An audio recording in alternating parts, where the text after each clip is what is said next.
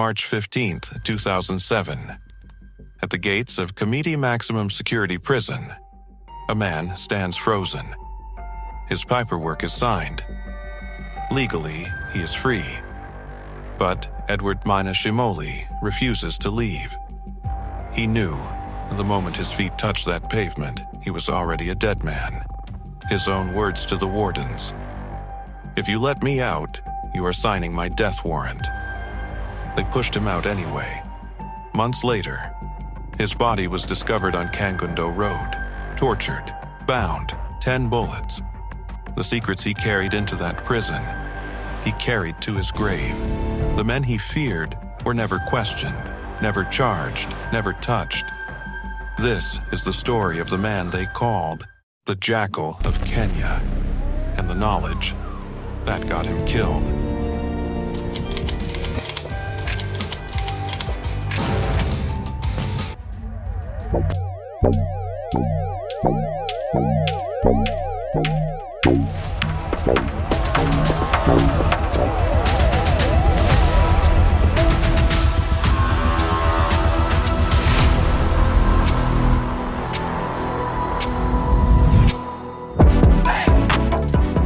To understand Edward Maina Shimoli, you first have to understand Kenya in the late 1980s.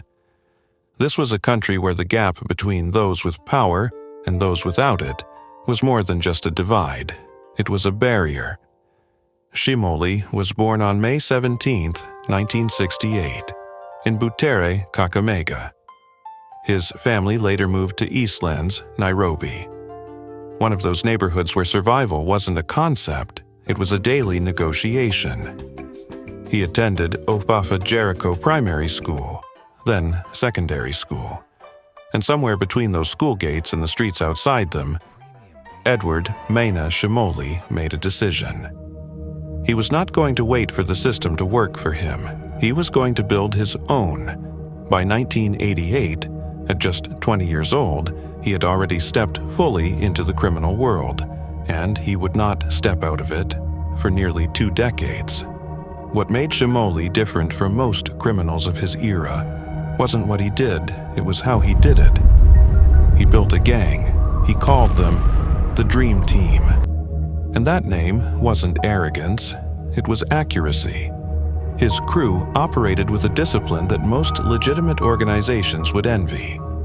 Strict loyalty, clear roles, no chaos. And Shimoli had one rule that set him apart from every other gang leader in Nairobi.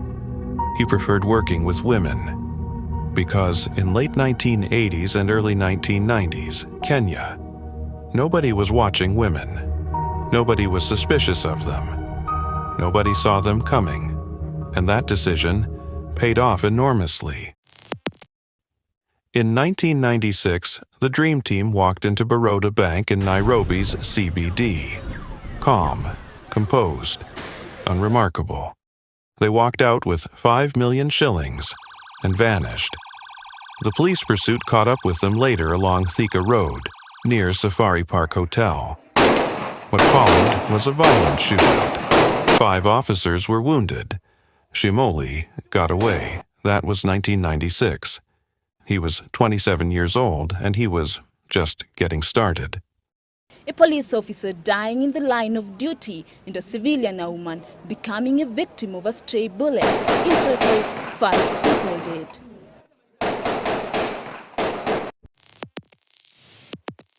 Now, here is where the story gets complicated. For years, the Kenyan police simply could not catch him. And the reason was almost embarrassingly simple. Shimoli had a stolen police radio, tuned to the exact frequency of the officers hunting him. Every stakeout, every raid, every whisper into a walkie-talkie. Shimoli heard it in real time.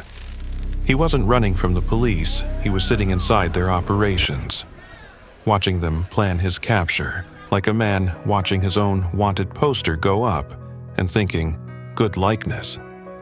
By the time they arrived, he was already gone. They caught him eventually, multiple times, and each time he escaped.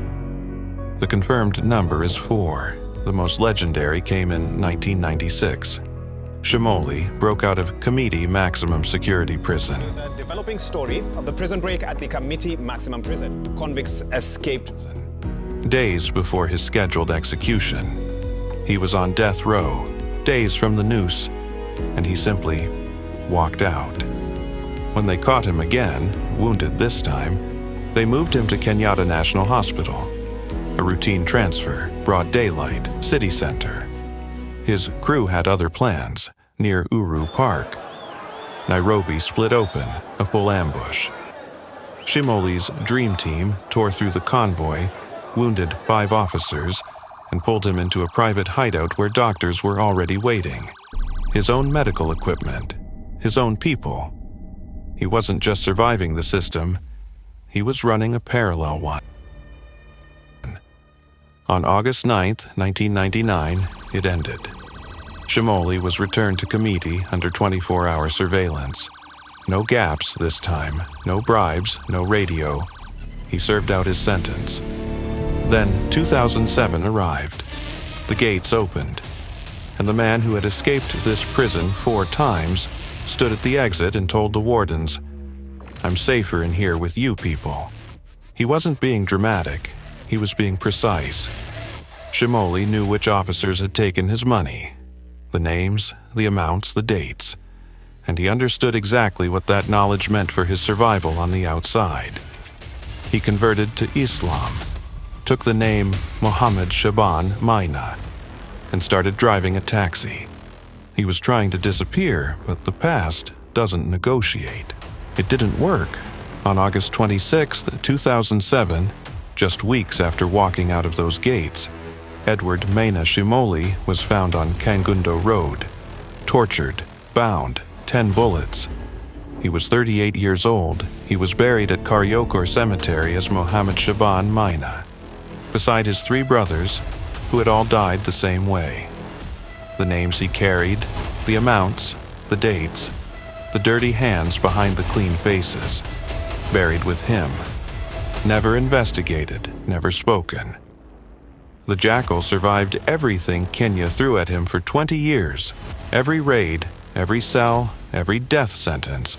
He outwitted the system, escaped it 4 times, and built something parallel to it when it failed him. But in the end, it wasn't justice that stopped him. It was the corruption he'd spent his whole life swimming inside, and the question that sits underneath all of it. Who was he protecting himself from? Next time, we follow the money, the networks, the names that never appear in any investigation, because they're running it. Corruption doesn't hide in the shadows. It sits at the table, signs the papers, and buries the people who know too much. If that's the story you want told, you know what to do. Subscribe and stay close.